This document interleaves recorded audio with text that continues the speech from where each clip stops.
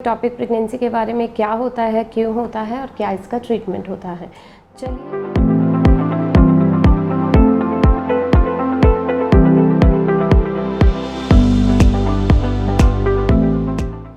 Hello everyone, welcome. मैं doctor Poonam Maggo, obs and infertility specialist. आज हम बात करेंगे एक टॉपिक प्रेगनेंसी के बारे में। आपने भी कभी ना कभी सुना होगा एक टॉपिक प्रेगनेंसी के बारे में, क्या होता है, क्यों होता है और क्या इसका ट्रीटमेंट होता है। चलिए जानिए इसी के बारे में। एक टॉपिक प्रेगनेंसी को समझने के लिए पहले मैं आपको कुछ बेसिक चीज़ें बताना चाहूँगी। जैसे कि आप देख पा रहे हैं, ये मॉडल है एक नॉर्मल यूट्रस, ट्यूब और ओवरीज का।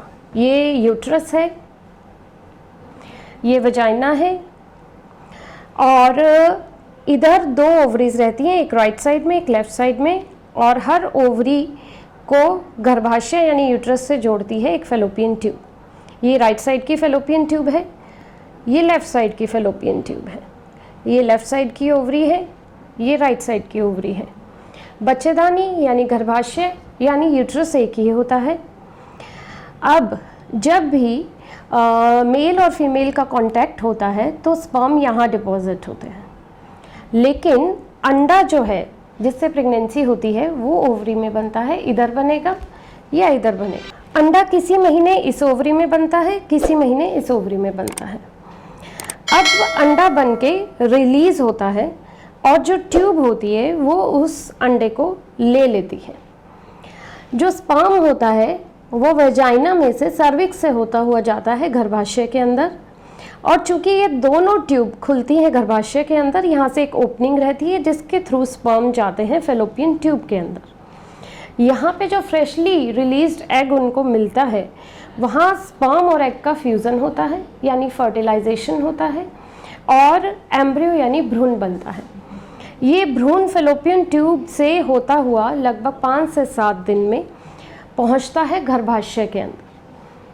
फिर ये भ्रूण का जो गर्भरोपण, जो इम्प्लांटेशन होता है, वो गर्भाशय के अंदर होता है यानी यूट्रस के अंदर।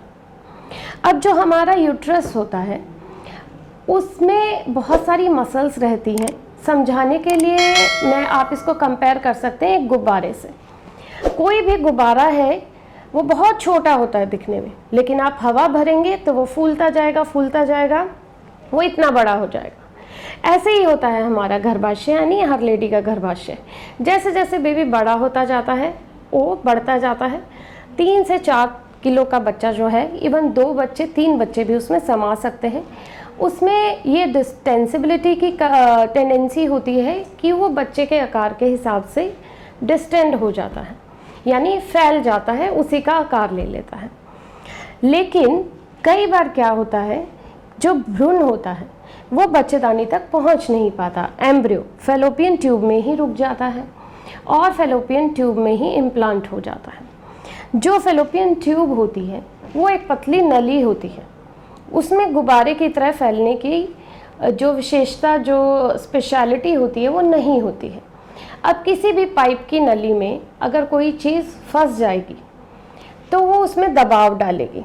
जैसे ही भ्रूण बड़ा होने लगता है, धीरे धीरे नली पे वो दबाव बढ़ता जाता है और एक लेवल पे आके वो नली फट जाती है। ये रप्चर्ड एक्टोपिक प्रेगनेंसी होती है जो कि पेशेंट के लिए जानलेवा हो सकती है। नली के फटते ही ब्लड बहुत स्पीड से पेट में भरना शुरू हो जाता है और तुरंत ही ऐसी कंडीशन में ऑपरेशन ना किया जाए तो जो गर्भवती माँ होती है उसकी जान जा सकती है। तो ये मैंने आपको बताया ट्यूबल एक्टोपिक प्रेगनेंसी में। आपको समझ में आया होगा कि अगर प्रेगनेंसी गर्भाशय में नहीं ठहरी, उसके बाहर ठहरी है, तो उसको एक्टोपिक प्रेगनेंसी कहते हैं। सबसे ज़्यादा कॉमन साइट एक्टोपिक प्रेगनेंसी के लिए होती है ट्यूब। इसके अलावा कई बार ओवरी में, कई बार सर्विक्स में और इवन कई बार एब्डोमेन में भी एक्टोपिक प्रेगनेंसी देखी गई है। लेकिन जैसे मैंने ये बताया, ये एक इमरजेंसी चीज़ होती है। अगर ट्यूब फट जाती है, जो कि फटने का अमूमन टाइम जो रहता है लगभग 1.5 से 2 महीने की प्रेगनेंसी जब होती है, 1.5 महीने के बाद 6 वीक्स के बाद का एम्ब्रियो जो है ट्यूब झेल नहीं पाती है, उसके बाद वो कभी भी फट सकती है। तो आपको कैसे पता चलेगा? आपको प्रेगनेंसी आई, आपने यूपीटी टेस्ट किया, प्रेगनेंसी टेस्ट घर पे, आप बहुत खुश हुए। लेकिन ये वीडियो देख के इतना आपको डरने की भी ज़रूरत नहीं है कि आपको कहीं इक्टोपिक प्रेगनेंसी तो नहीं है। इक्टोपिक प्रेगनेंसी में यूजुअली पेशेंट को एक साइड जो फेलोपियन ट्यूब में प्रेगनेंसी ठहरा होता है, जैसे जैसे उस पर दबाव बनने लगता है, पेशेंट को थोड़ा पेन महसूस होने लगता है। जब वो रप्चर होने के कगार पे होती है तो पेन बढ़ जाता है, और जब ट्यूब रप्चर होती है उस टाइम पे बहुत सिवियर पेन पेशेंट को महसूस होता है एक साइड में। अगर आपको किसी तरह का कोई पेन है, स्पेशली अगर वो एक साइड में है, तो आप जाके अल्ट्रासाउंड यानी सोनोग्राफी करा सकते हैं अपने गायनोकोलॉजिस्ट से संपर्क करके। आजकल सोनोग्राफी की क्वालिटी बहुत इम्प्रूव हो गई है और बहुत इनिशियल स्टेज में ही इक्टोपिक प्रेगनेंसी डायग्नोज हो जाती है। अगर ट्यूब फटी नहीं है, इसका साइज़ बहुत कम है, बीटा एचसीजी का लेवल कम है, तो अर्ली स्टेजेस में ये इंजेक्शन से भी मैनेज किया जा सकता है, यानी बिना ऑपरेशन के। लेकिन एक स्टेज पे पहुंचने के बाद ऑपरेशन करना ज़रूरी हो जाता है। अगर ट्यूब फटी नहीं है तो ये ऑपरेशन दूरबीन से किया जा सकता है, जिसमें पेट पे चीरा नहीं आता है। सेम डे या नेक्स्ट डे उसमें छुट्टी हो जाती है और कोई उसमें ऐसा बाद में कॉम्प्लिकेशंस नहीं होती हैं। लेकिन जिस ट्यूब में प्रेगनेंसी ठहरी है वो निकालनी पड़ सकती है।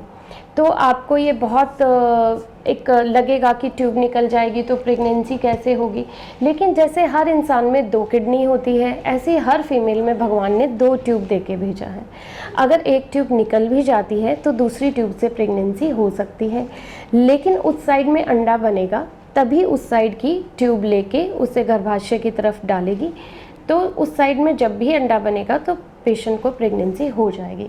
और चूंकि ये जानलेवा कंडीशन होती है तो इसमें सारी कंडीशन देखते हुए ट्यूब निकलवाने में ही समझदारी होती है। बहुत अर्ली स्टेज का है तो वो इंजेक्शन से या बिना ऑपरेशन के मैनेज किया जा सकता है। कई बार क्या होता है कि इतना अर्ली स्टेज होता है कि अल्ट्रासाउंड में पकड़ में नहीं आता। उस स्थिति में आप जानने के लिए क्या कर सकते हैं कि आपको कहीं ट्यूबल प्रेगनेंसी या इक्टोपिक प्रेगनेंसी तो नहीं है, आप अपना बीटा एचसीजी का ब्लड टेस्ट करवा सकते हैं। Beta HCG usually pregnant patient में हर 48 आवर्स में डबल होता है। जैसे आपने आज बीटा एचसीजी का टेस्ट कराया, ब्लड टेस्ट, अगर आप 48 घंटे के बाद फिर से ये हार्मोन का टेस्ट कराते हैं तो अंदाज़न ये डबल आना चाहिए। अगर ये डबल नहीं आया है तो भी एटलीस्ट 60% का राइज नॉर्मल हेल्दी प्रेगनेंसी में देखा गया है। ये रिपोर्ट का इंटरप्रिटेशन आप अपने डॉक्टर पे छोड़ दीजिए। डॉक्टर रिपोर्ट इंटरप्रिटेट करके बताएंगे कि आपको इक्टोपिक होने की संभावना है या नहीं, या आप रिलैक्स होकर घर जा सकते हैं। आई होप मैंने आपके काफ़ी सारी क्वेरीज सॉल्व कर दी होंगी। अगर फिर भी आपको कुछ पूछना हो तो आप हमें प्रश्न पूछ सकते हैं। नीचे लिखे कमेंट बॉक्स में आप कमेंट भी कर सकते हैं।